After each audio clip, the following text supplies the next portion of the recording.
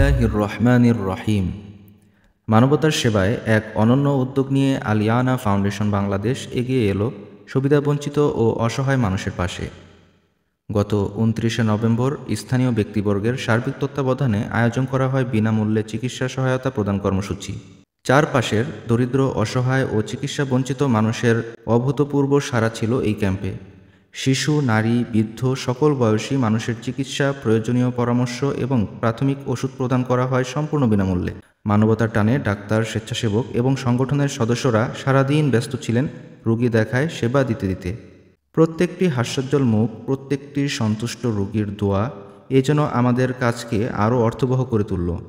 এই আয়োজন সফল হওয়ার পিছনে যারা শ্রম, সময় ও অর্থ দিয়ে সহযোগিতা করেছেন, আল্লাহ তাদের সকলকে উত্তম প্রতিদান দান করুন। আল ইয়ানা ফাউন্ডেশন বাংলাদেশ একটি অরাজনৈতিক সেবামূলক প্রতিষ্ঠান। অসহায় মানুষের কল্যাণে ইনশাআল্লাহ ভবিষ্যতেও এ ধরনের আরও কর্মসূচি নিয়ে এগিয়ে যাবে। মানবতার হাতে হাত রেখে আমরা চাই একটি সুন্দর, সুস্থ সমাজ।